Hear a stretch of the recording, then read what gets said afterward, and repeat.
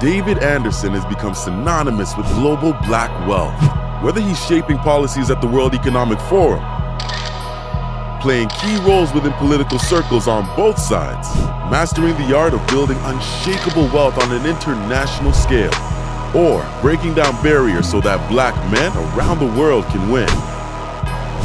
David is the world's best kept financial secret weapon. From the ghettos of Southside Chicago to the Obama White House, to the homes of billionaire moguls, David's receipts stretch well beyond million-dollar bank accounts, African royal families, or celebrity inner circles. But I believe that they did something that all of us can do. David's true gift is in single-handedly positioning everyday brothers to become global millionaires. Why? Because it's about damn time we own what's ours and have a real seat at the table. Money, power. Hey. Welcome back, baby. We're in the building today. I know we got the emails and texts going out. If you're here, go ahead and say a quick hello in the chat. Say a quick hello in the chat. We're going to get started today. I'm going to turn my hat the other way. I like this hat. It says cash flow, which is about everything we have to do. It's about cash flow. But as we get ready to get started, we got text messages and emails about to hit out. Man, say what's up in the chat. Man, welcome again. We come off the last time I spoke to you guys. It was off of we were on YouTube and Facebook, just so you know, everyone, we're on YouTube and Facebook. So check us out. We were talking about how to stay out of jail. I just want to go through this real quick because a lot of people liked it a lot, right? And basically, we talked about, hey, there's a safe zone. When you talk about this, do not commingle funds, right? Do not play with other people's money. Number 3, make consumer promises. Do not make consumer promises that you cannot keep. Do not profit too much off of government programs. That's important, guys. Do not profit too much off of government programs. For whatever reason, they don't like that. And the last one was, do not raise capital that you cannot deploy under, hold on, put that down a little bit, that you cannot deploy under securities law and a financial product. Okay, do not do that, right? Do not, you cannot raise capital and you cannot deploy it. I just got off a situation with some guys who are actually, unfortunately, about to probably see some prison time because they not only commingled funds, but they also took capital and did what they wanted with it. And hey, we don't allow it to happen in our space. Just cannot happen and stuff. So share that video with other people, right? Hey, look, these are ways that you can stay out of jail so you do not go to jail. The big one, I think a lot of feedback came from, was the one that said, hey, do not, right, profit too much off of government programs. That's another one that people don't see it coming, right? But, you know, government comes out with programs, they do things, all of a sudden, people come through. I'm talking about government programs, like stuff that the government offers for free, and then you go in and you do it. Hey, if you profit too much, the government will come back and says, hey, you deceived the government. Hey, whatever it is, you're profiteering, whatever the case is. I've seen a lot of folks go to jail because they did not understand that you can't profit too much off of government programs. So hopefully that helps somebody. Share that last video with somebody so they get help. But tonight is about something that I wanted to go through with everybody as an encourage and let you know about this, right? I want to talk about what they don't tell you about the Millionaire Mindset. I thought about this today, and I thought about how I would bring this to light or talk about this, right? In a way that is realistic, but also really encouraging at the same time.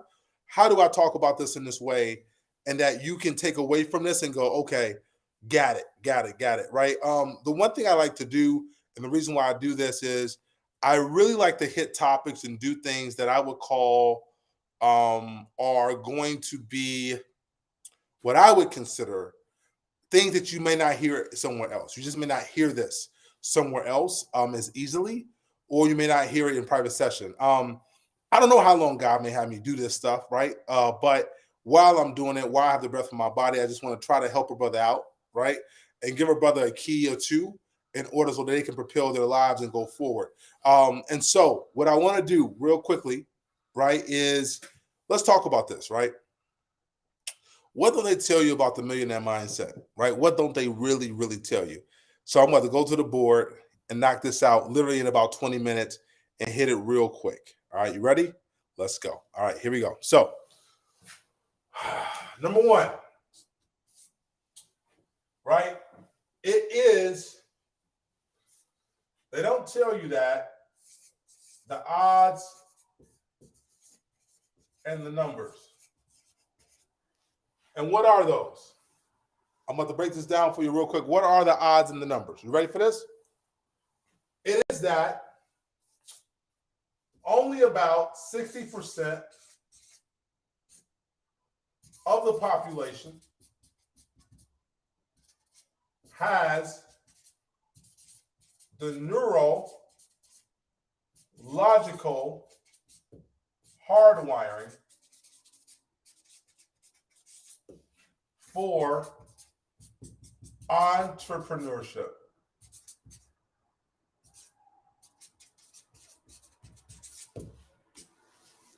That's number one. Only about 60% of our population actually has the neurological hardwiring of what it takes to be a business owner or an entrepreneur. So that means 40% of everyone born, this is not an American thing, this is not an African thing, this is not an Asian thing or European thing, this is an international thing. Only about 60% has a hardwiring. So that means 40% of your sons and your daughters, 40% of your friends, your family, everyone else, only 40% of them literally do, because of whatever it may be. It may be because of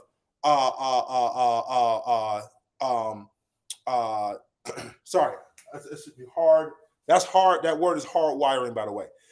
Only 40%, they are what I would consider like they can only handle one thing. You understand, as a business owner or as an entrepreneur, you're dealing with hiring, firing. You're dealing with finance. You're dealing with sales. You're dealing with marketing. You're dealing with the accounts receivable. You're dealing with the accounts payable. You're dealing with the person that stole from you. You're dealing with the person trying to get the money from. You're dealing with you're dealing with the competition. You're literally, when you're an entrepreneur, you ready for this? Hold on, you ready for this? You see my hands? This is what your life is like every day, okay?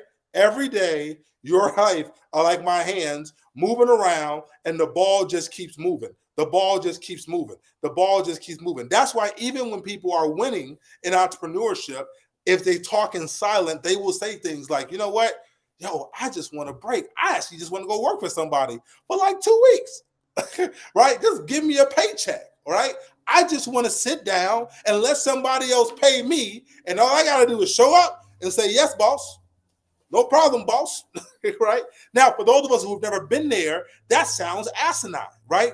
But I'm telling you that 60% of the population has the hard wiring to be an entrepreneur, okay? So that's did that first. So 40%, they're going to work for somebody, and that's okay because they have extreme levels of anxiety. 40%, hey, they're going to work for somebody. You know why? Yo, they cannot take risks. Like doing being risky, like it's not going to happen for them. 40%, they're very narrow-minded. They can do one thing really well, but if you give them 4, 5, 6, 7, 8, 9, 10 things, they will melt down. Are you hearing what I'm saying? I'm giving you the mindset. What they don't tell you, right, about the mindset, the millionaire mindset, what they don't tell you, right? There are people listening right now, and you might be aspiring, and I love you, and I care about you. You might be aspiring to be an entrepreneur, but man, you got to dig really deep inside because you have to look at yourself and go, hey, okay, can I deal with all of the nuances that come along with entrepreneurship? Because here's the numbers. Ready for this? So 60% actually have the neurological hardwiring to be an entrepreneur. Now, out of that, you ready for this? You ready for this? Only 10% of the 60%, so that means 6%, okay, will take action. So that means if I got 100 million people in my population, or whatever many, a billion people or 10 million people, only 6%, right, that actually have the ability to do it will be able to do it. Okay? 6% will take action. These are the numbers. These are the odds. So 60% have the hard wiring. First, question number one, do you have the hard wiring? Question number two, will you take action? That's number two. Will you take action? Number three, hold on, 66. Hold on, wait for this. Wait for this. Only 10% of them, right? Which is, what is that? That is 0.6%. Okay? They will, those individuals, think what they will do. They will actually take consistent action. Hold on, ready for this? Hold on, and not lose heart. Not lose heart. They will take consistent action and not lose heart. So, David, are you telling me out of 100 million people, only 600,000 of them will actually take consistent action and not lose heart? Yes, that's what I'm saying to you. That is one of the things they don't tell you, okay, about the millionaire mindset. Yo, being a millionaire, especially for those in this audience, because many of them are coming from zero, many of them are coming from nothing. Many people didn't have anything handed to them. You didn't have no one handed you some money. No one handed you the dog in the bone. No one handed you nothing. You have to figure this thing out. And I'm here to tell you, if you're still taking consistent action, you're already in the area of the 600,000 of people that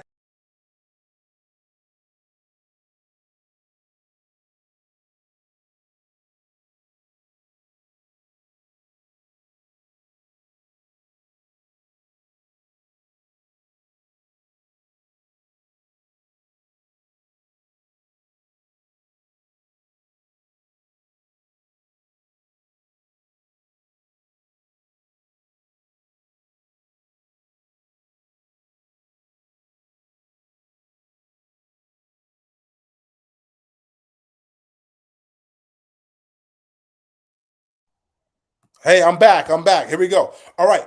I lost my connection. Sorry about that, guys. Lost my connection. So, as I was saying, I don't know where I was. What I was saying was that if you are part of the 0.6% or the 600,000 people out of 100 million who are still taking action, you've already you've partly won the game. If you're still taking action, you already had the neurological hardwiring. Congratulations. Because some people, they do not. Literally, they do not have the neurological hardwiring. Hear me out. They cannot do it. Number two, most don't take action, right? And not consistent action. And then the last thing is that, guess what? On this one, they take consistent action and not lose heart. Man, that makes me to my next point. You ready for this? My next point? Ready for this? Man, this thing called entrepreneurship and business and execution is hard as H-E-L-L. Right? You ever heard about hell in the Bible? It's also about, there's in Islam, they have hell and all that kind of stuff. Hell is like it's a fiery place, very difficult, but it talks about people gnashing teeth, people agonizing, like they're scrunching their teeth, they're going through all of this stuff, right? It talks about this, right? Yeah, it's like fire. You should put fire. When we put that, put fire behind that word, right? Because it is really that hard. I want you to understand this, right? It is hard. It is difficult. It is agonizing. Do you understand? When you are a business person, right? When you choose to be a leader, you're going to deal with personalities you never understood before. You're going to deal with people. You're going to deal with people like literally trying to take things from you. You never thought that would be taken from you before. Okay. You're going to deal with all the nuances you never thought you would ever go through. It is agonizing at times. It is heart-wrenching at times, right? You will feel like, oh my gosh, what is happening in my life? Right? I'm gonna give you a quick example of how this plays out, right? Had you ever played a game or done something and you were playing a board game with family and some friends, right? You playing Uno, you were playing Monopoly or whatever it was, and all of a sudden right? Somebody got real intense. You didn't even see it coming. It was your Uncle Caesar. Uncle Caesar came out of nowhere, and all of a sudden, he was pissed off. He was mad because you took Park Place, and he wanted Park Place, right? And you like, man, it's just a board game. You're going to deal with personalities like that and not know where it comes from. You're gonna say, man, hey, yo, it was just money. It was just a contract. It was just a customer. But all of a sudden, things come out of people that you got to learn how to manage that you never thought you would have to manage. Guys, listen to me. I got a total, this year alone, I want you to hear me out. This year alone, right, black man, I have hired, this year alone, I did the numbers. I have hired over 800 people. Literally, not interviewed. I have hired them. They have been on my books. They have been on my payroll. I paid taxes for them I have had to deal with, to some degree, in the organization, 800 different personalities, 800 different type of people, background, whatever the case is. I have had that many people. And I have to tell you, you get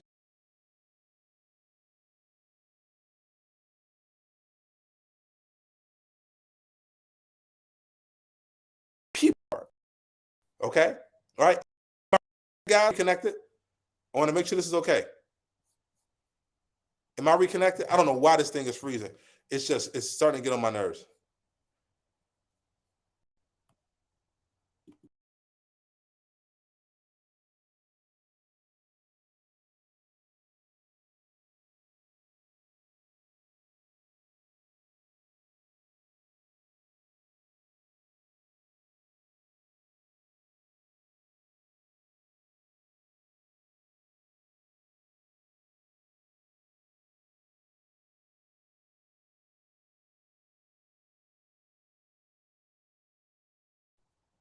I tell you what, this is the last time I am getting my back office team.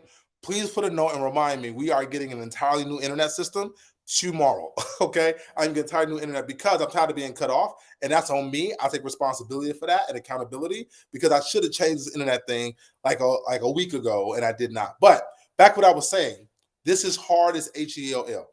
So if you're listening and you're like, man, this is hard, right? You got to find money. You got to raise money for what you're doing. You got to find people. You got to find people for what you're doing. You got to find contractors. You got to find contracts. You got to find customers. You got to find these things. It is hard. I want you to understand something, right? I was telling to a friend the other day, and I was talking to him. I was saying, man, I remember just over 10 years ago, right? I remember when I stopped getting refund checks from the government, okay? Now, some of you guys are going to relate to this. Some of you guys can't. I stopped getting refund checks, right? I was making too much money. This, I don't know, 12, 13 years ago. I was making too much money where I no longer got a refund. The government didn't pay me a refund no more, okay? And I owed them money. And I remember how I started. I owed them like $5,000, $6,000, $7,000, $10,000, something like that. I was like, oh, this is horrible. Golly, I got to pay the government that much money? Then I remember when I had to pay the government, and this was a big bill for me then. Boy, it's a big bill. I had to pay the government like $33,000. Oh my gosh. I was like, I owe them what? I owe these people what? $33,000? I just did the taxes, not taxes. I did some financials over the last 12 to 15 months, something like that, right? Last year, pretty much, like looking at some stuff. And I looked at it and I saw this year, like the year's not even over yet. And I have paid the government $1.4 million. I said, oh, Lord have mercy. I've already paid the 1.4 million. I was tripping when I had to pay them 10. I almost had a gasket when I had to pay the government 30,000. I'm paying, and now it seems so regular. Like, of course I pay the government that much money, but I had to stop and think about it. And what I'm telling you is this, right? It is hard, right? But what? Listen to this. It gets better. It gets better. And it's not because it gets better. It's because you get better. Okay? My back office team put that up for them, right? It is hard, but it gets better because you get better.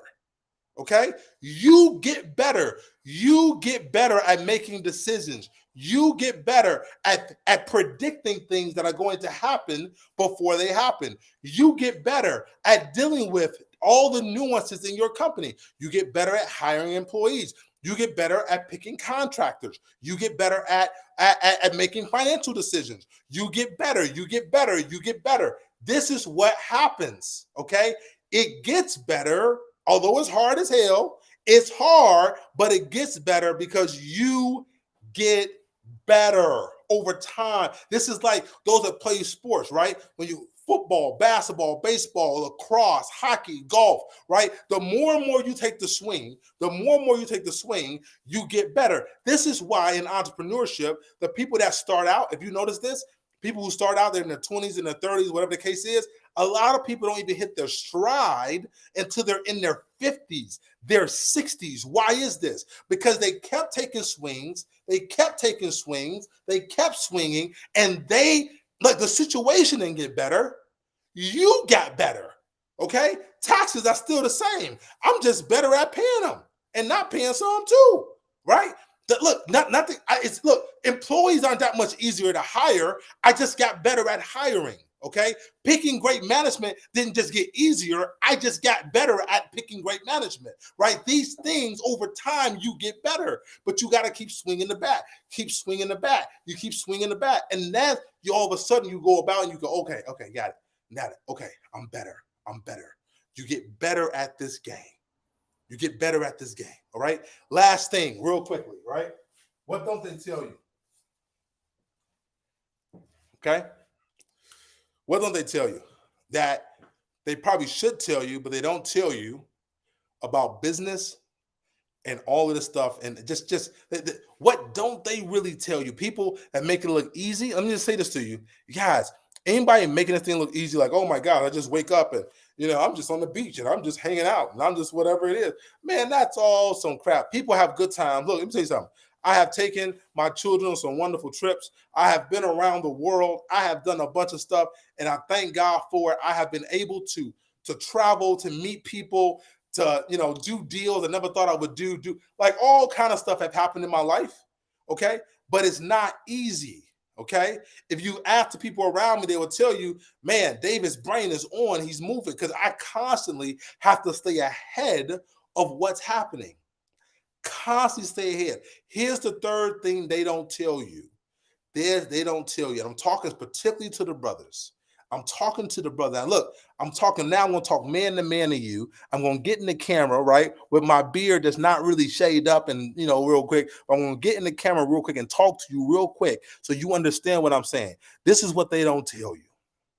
Although the odds and the numbers are crazy, and although it's hard than a mother app, it's hard. Although it's hard like that, right? And although you will get better, right? You will get better, but this is what they don't tell you. Ready for this? And then I'm talking particularly to the brothers. You ready for this?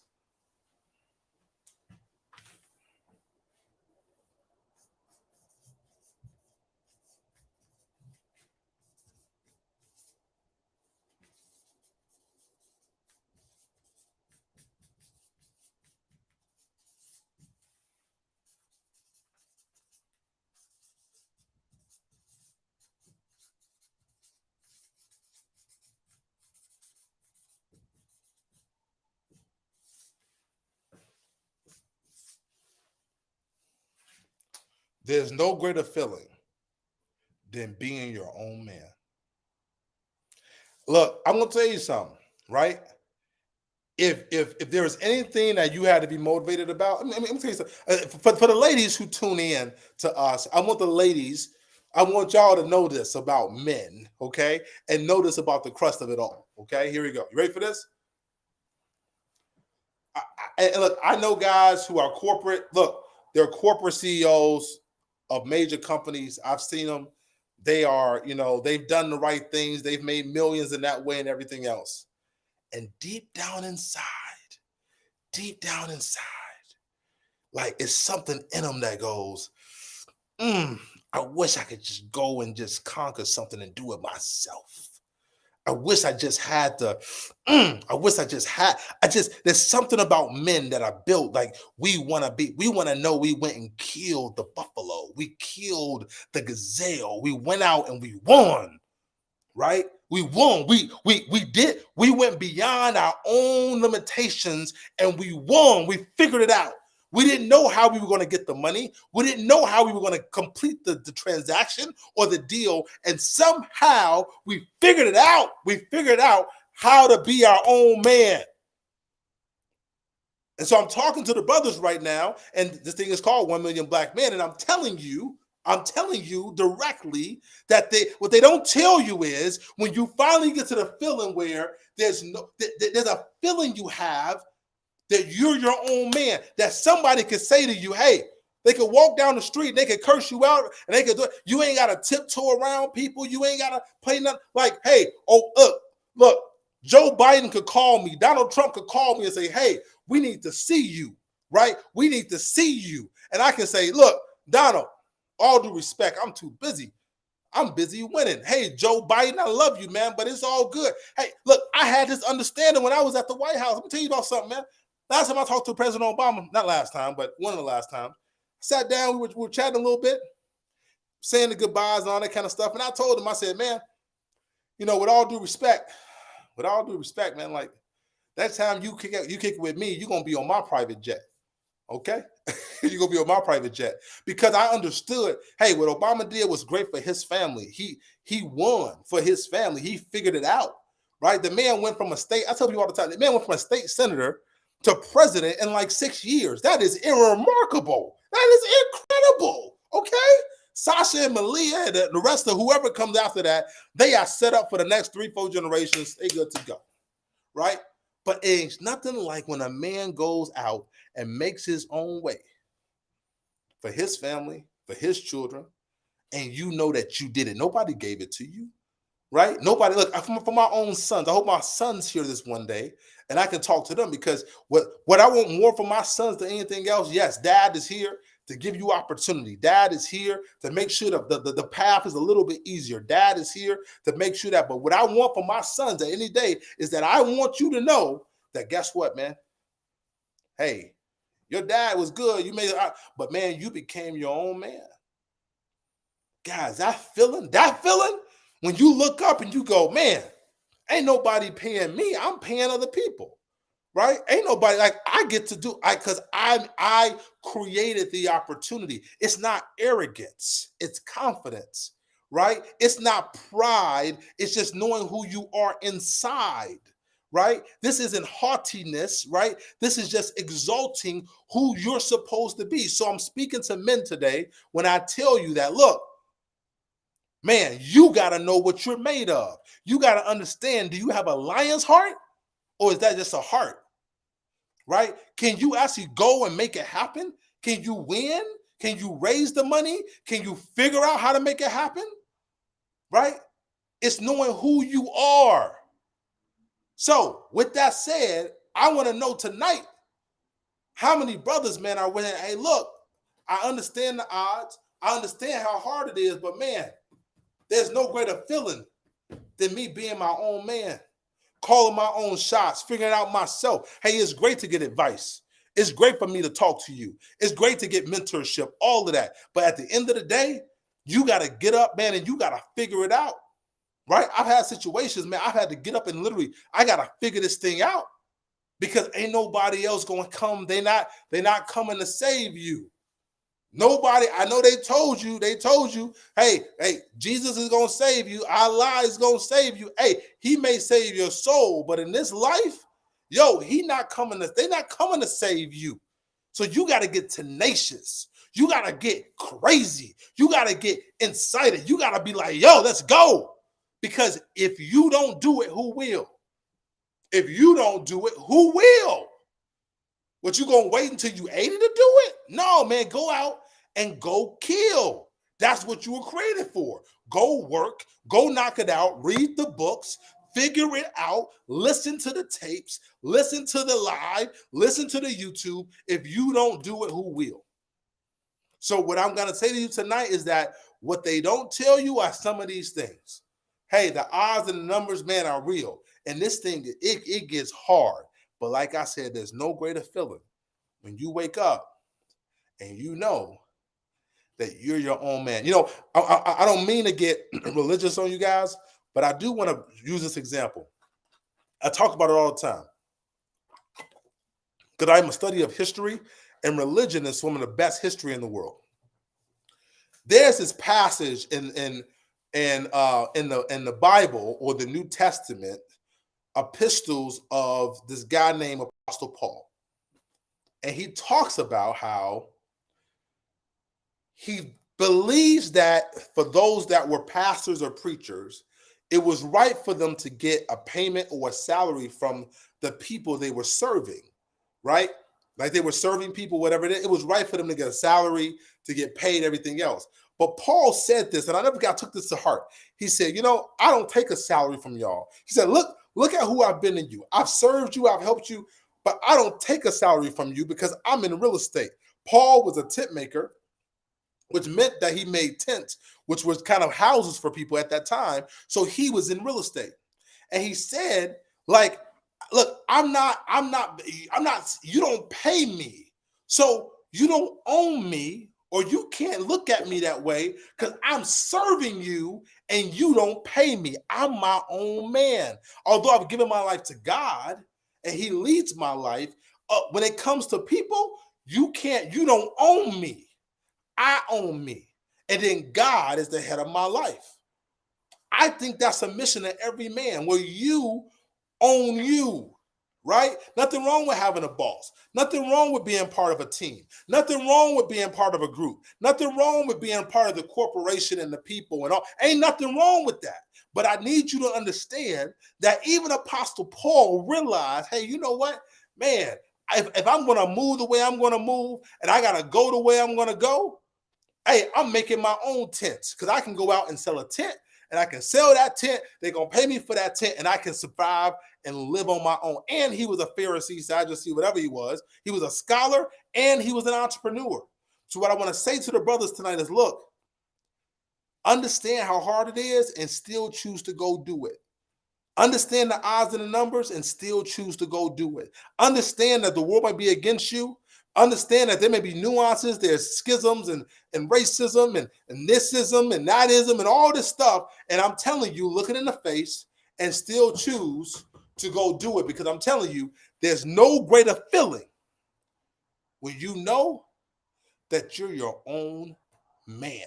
Man, if you love this, man, put a 100 in the chat, bro. Put a 100 in the chat. Man, this is 1 million black men where we come, right? One, to help free you psychologically. Number two, right, free you financially, so you can buy whatever you want. And then number two, economically freedom, financial freedom economically, which is when you own the things that people buy.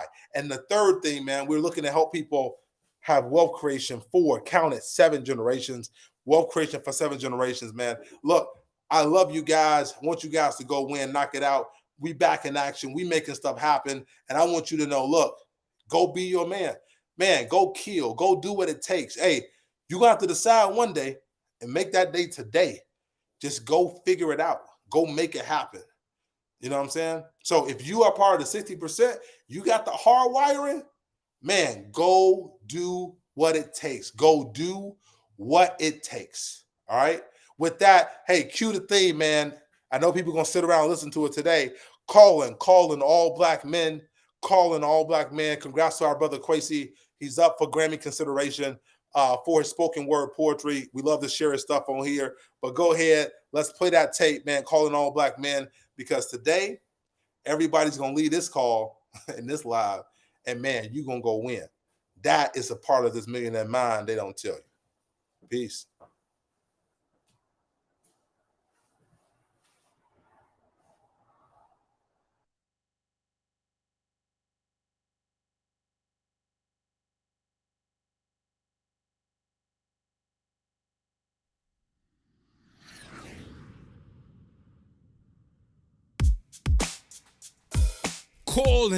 Calling calling all black men.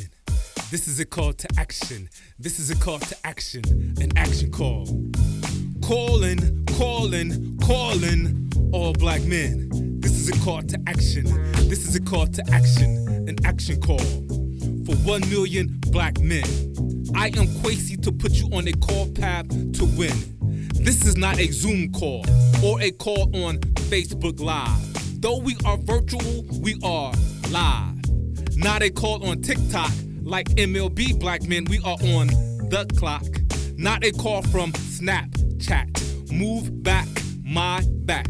We are on first base to Isaac Hayes Jr. fan base. We have an eye lie on third base. Grand Slam, not a call from Instagram, as we don't need validation with blue checks. We are the true checks. We do checks. We write checks. We are the right checks. We do family checks. We check in on our sons and our daughters. We are black men who walks on waters because our children like to FaceTime. We are black men who FaceTime. Let's FaceTime. This is still not a call from an Android or an iPhone. It is extraterrestrial to phone home.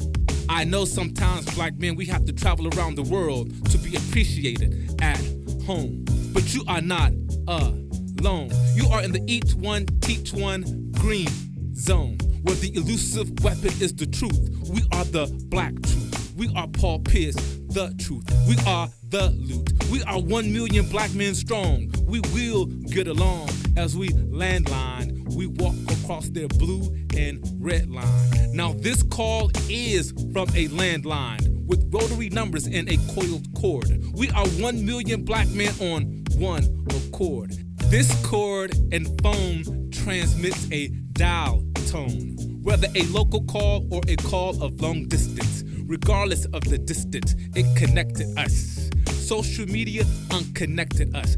Our homes need us. They soul feed us. And not just food that give us niggas-itis. I write this, our homes bleed, sweat, tears for us. Black men, it is up to us. It is on us not to just procure the bag. Buddha bless one, share it with me. Get the info under your afro, bro. And establishing sovereignty to be a one united bank for economic just us. Black men, we must set up a family trust to an estate, because right now everything is at stake. Because we can't lead from behind, from your behind to your mind. They are public with their malevolence as they use artificial intelligence in this age of information. Elon Musk bought Twitter to gather more of our information. So if I have to be the Starlink, I will break the Starlink for 1 million black men. But I won't condone our culture with misuse of our information. So I grant you David Anderson for this financial literacy education. DA went from shy Southside streets to JP Morgan, Goldman Sachs on Wall Street. From Chicago State to Harvard. At 19, he fathered the economics in his family house. DA served in President Obama administration at the White House. He lived in China for 3.5 years, learning the Chinese economy, the renminbi. To the British pound, black men, let's get this pound. To the European euro, we NBA step into the euro. To the Uganda chilling, black men, let's be empowered by our billing and be willing to learn and understand. Money is just a tool to build unshakable wealth. 7 generations deep that DA will teach that we can compete in an economy beyond that's local. Black men, we must think global. So I present to you David Anderson to put you on this financial literacy path to win. Welcome to the movement. 1 million black men.